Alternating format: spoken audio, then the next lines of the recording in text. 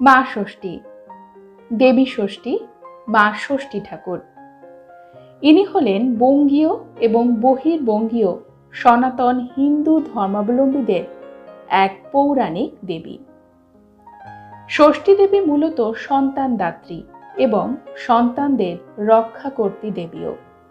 তার কৃপাতেই বলা হয় নিঃসন্তান দম্পতিদের সন্তান লাভ হয়। এই কারণেই তিনি সন্তানের রক্ষাকর্ত্রীও।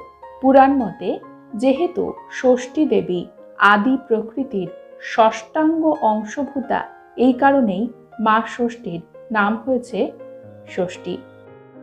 এবং ভারতবর্ষের বিভিন্ন প্রান্তে ষষ্ঠী দেবী বহু নামে পরিচিত।